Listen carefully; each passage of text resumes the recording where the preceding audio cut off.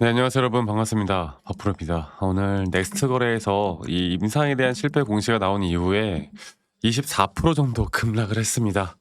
자, 많은 분들이 또 실망하신 분들도 있을 거고, 그렇다고 해도 또 하한가는 안 갔단 말이지. 이게 임상 실패에 대한 이 공시에 대한 내용을 좀 설명해 드리고, 그래도 우리가 또 긍정적으로 볼 만한 부분, 혹여나 또 기술적인 반등이 있을 때 또 우리가 단기적으로 또 현금을 좀 확보를 해야 되는 부분, 제가 오늘 정말 중요한 내용들을 말씀을 드릴 거니까 그럼 영상 끝까지 꼭 시청하시길 바라겠고요. 그리고 구독과 좋아요 한 번씩 꼭 눌러주시길 바라겠습니다. 구독, 좋아요 눌러주시는 우리 시청자분들, 구독자분들 앞으로 더더더 좋은 일들 가득할 겁니다. 네, 구독과 좋아요 한 번씩만 꼭 눌러주시길 바라겠고요. 사실 일단 결론부터 말씀을 좀 드려보자면, 일단 악재는 맞는데 아직 끝난 건 아니다. 그리고 일단 사실 임상 실패에 대한 부분들은 맞죠. 네, 유효성을 미충족했다고 합니다. 그리고 이 주평가 지표를 미달했다.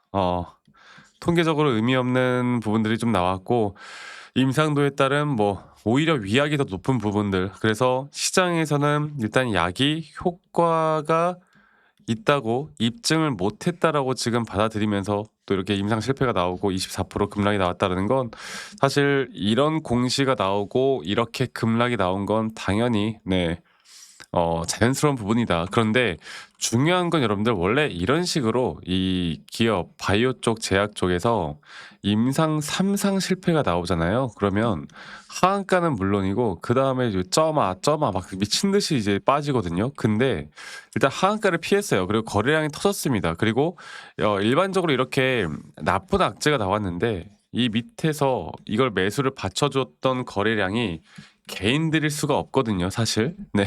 임상 실패한 기업을 지금 개인들이 밑에서 받쳐준다? 이건 말이 안 되는 거예요.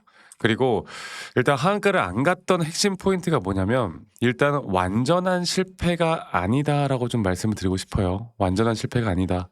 안정성에는 전혀 문제가 없다. 그러니까 중요한 게, 사실 바이오 쪽에서 가장 무서운 거는 효과보다도 더 무서운 게 바로 이 안정성이란 말이지. 그런데 안정성에는 문제가 없다라고 발표를 했고, 중대 이상 반응은 거의 없고, 약 자체는 일단 쓸 수 있는 약이야. 그러니까 이게 효과가 좀 미비하다라는 것뿐이지, 약 효과가 미비하다는 것뿐이지 안정성에는 문제가 없다라는 거거든요. 자, 그러면 결국 그런 기전 자체가 죽은 게 아니란 말이야. 그러니까 기전 자체가 죽은 게 아니고 약이 틀린 게 아니라 어쩌면 적응증 자체가 안 맞았을 가능성까지도 우리가 배제할 수는 없습니다. 그리고 일단 이 한호바이오파마는 파트너사가 있어요. 이 파트너사가 있는데, 만약에 파트너사가 이제 글로벌 공동 개발하고 있잖아요. 근데 보통 완전 실패면 파트너사들이 이제 철수를 하거나 계약을 해지하거나 뭐 그렇게 하거든요. 그런데 이번에 나왔던 내용은 향후에 개발을 검토하겠다라고 지금 이야기를 한 만큼, 아직 이 우리 한올바이오파마를 버린 게 아니다. 네. 그렇게 보면 될 것 같아요. 그래서 이제 우리가 알아야 되는 건, 이 적응증 변경에 대한 부분들도 생각해 볼 수가 있겠고, 그리고 혹은 재도전에 대한 부분들도 생각해 볼 수가 있겠죠. 그리고 또 지금 문제는 약이 아니라 이제 질환일 수 있다라는 것도 우리가 생각을 해야 되고, 또 여기에 대한 재도전이 분명히 뭐 리스크라는 건 있습니다. 이게 시간도 그렇고 돈도 그렇고 이런 리스크에 대한 부분들이 분명히 있는데, 이 데이터를 뜯어보면 성공 가능성이 전혀 없는 게 아니에요. 그러니까 특정 환자군에서 효과가 나오는 걸 분명히 확인을 했기 때문에, 이런 서브 그룹을 분석하고 특정 타겟을 또 이제 재임상하고 그러면 앞으로 기술적인 반등 부분이라도 저는 충분히 나올 수 있다 봐요. 그러니까 또 한올바이오파마라는 건, 이 회사는 이 하나의 약으로 절대 끝나는 회사가 아니다. 네. 플랫폼 기업이나 항체 치료제 라인업이 상당히 많고, 이 파이프라인에 대한 전반적인 가치를 다시 보기 시작할 수 있어요. 그래서 이런 과도한 공포에 따른 하락은 분명히 나왔습니다. 그리고 24%, 이제 이걸 보면은 우리가 안 봐도 뭐 개인들도 손절을 많이 했을 거고 공포에 매도했을 거고 기관 외인도 많이 팔았겠죠. 그런데 사실 이 한올바이오파마에 대한 임상을 떼놓고 보더라도, 이게 차트적인 분석을 할 때도 최근 나왔던 이 고점은 분명히 고점 단계에서 매도를 할 만한 자리가 맞았거든요. 이게 기술적으로도 분명 주가는 가격이 상승이 나왔지만 오히려 RSI가 하락하는 하락에 대한 다이버전스까지 너무나 명확했단 말이야. 그러면 일반적으로 이 하나의 상승에 대한 파동이 끝났다라고 하면 조정 구간은 이런 ABC 형태에 대한 조정 구간이 나옵니다. 자, 이걸 제가 조금 더 차트적으로 한 번 더 이야기해 드릴 텐데 오늘 우리나라 시장 어땠어요? 네. 뭐 코스피든 코스닥이든 다 무너졌죠. 그런 식으로 오늘 한올바이오 파마도 무너졌다고 생각하는 게 참 마음 편하긴 할 텐데 일단 넥스트 거래에서 여기까지 떨어졌어요. 여러분들 여기까지 떨어졌다고 보시는 게 맞아요. 여기까지 지금 떨어진 상태고 그리고 최근에 분명 단기적인 고점을 뚫었을 때 여기서의 하나의 파동이 끝났을 때 이거는 분명 주가의 가격은 상승이 나왔지만 우리 RSI가 하락하는 하락에 대한 다이버전스까지 너무나 명확하게 매도 타점이 나왔단 말이지. 그러면 이제 이 ABC 조정 단계가 과연 어디까지 이제 이런 식으로 어디까지 떨어질까가 가장 문제인데 제가 보고 있는 건 일단 여기에서 조정을 다 기다리는 건 좀 시간이 걸리고 우리가 기술적인 반등이 나올 수 있는 자리 있잖아요. 이런 기술적인 반등이 나올 수 있는 자리를 정확하게 캐치해서 우리가 일단 현금화를 하는 게 중요할 것 같아요. 이게 가장 현실화될 수 있는 부분들이고 우리가 돈을 지키고 다시 한번 기회를 잡을 수 있는 구간들이 나올 거라 보거든요.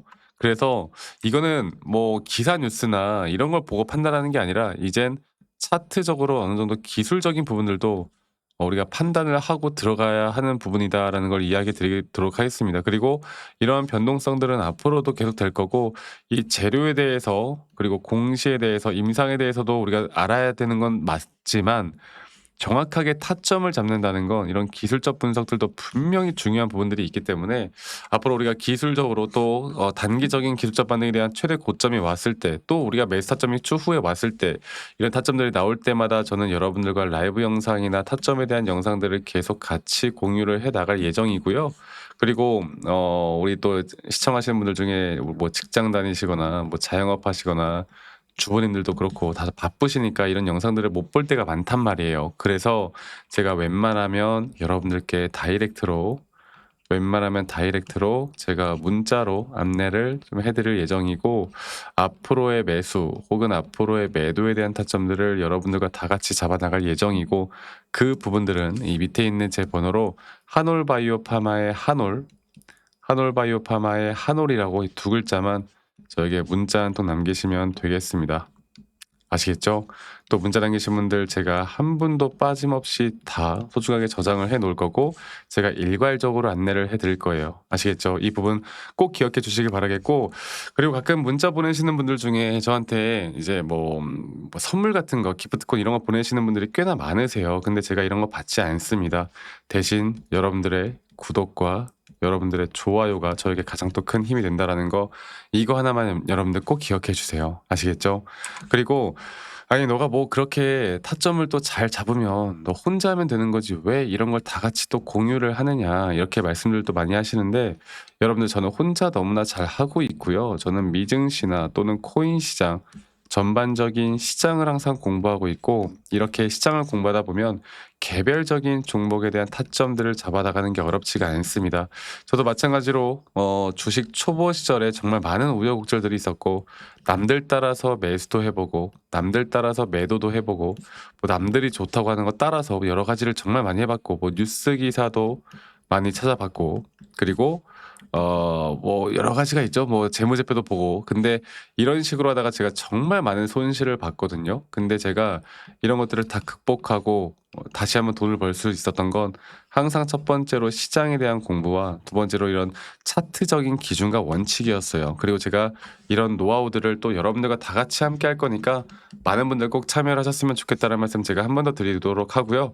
그리고 이제 한올바이오 파마에 대한 대응들을 이제 우리가 앞으로 이렇게 하면 될 것 같고 제가 최근 또 저희 구독자분들에게 오늘 우리나라 시장 자체를 보면 상당히 또 많은 급락이 나왔습니다. 그 트럼프 대통령이 이란과의 또 약간 강경책에 대한 부분들을 또 발표를 하면서 코스피가 4%가량 빠졌고 지금 뭐 여러 가지를 보면 이제 좀 걱정되는 부분들 뭐 지금 야간 선물 시장에서도 거의 1%가량 또 하락을 하고 있고 나스닥장도 하락장이고 지금 유가가 이제 상승이 나오고 있는데 근데 저는 이제 이러한 부분들이 결국에 여러분들 어 단기적으로 이 피지컬 AI 특히나 이 로봇 섹터들이 한번 급락을 하고 지금 추세가 하락에 대한 추세로 이어지고 있지만 이런 ABC 조정에 따른 이제 매스터점 자체가 왔다고 봐요. 그래서 이제 다시 올라올 수 있을 만한 섹터들이 과연 무엇이 있을까를 우리가 좀 더 고민을 해 봐야 되고 이런 섹터들 안에 또 어떤 종목들이 우리가 돈을 벌 수 있는 종목들이 또 뭐가 있을까를 계속 공부를 해야 합니다. 제가 앞으로 한올 바이오파마 한올이라고 문자 남기신 분들 제가 한올 바이오파마에 대한 타점들뿐만 아니라 이런 중요한 내용들도 저희 구독자 방에서 다 같이 공유를 해 나갈 예정이니까요. 많은 분들이 꼭 참여를 하셨으면 좋겠다라는 말씀 제가 한 번 더 드리도록 하고요. 자, 오늘 뭐 시간도 이제 늦었는데 다들 행복한 또 저녁 보내시길 바라겠고 저는 다음에 더 좋은 내용으로 또 인사드리도록 하겠습니다. 감사합니다. 박프로였습니다.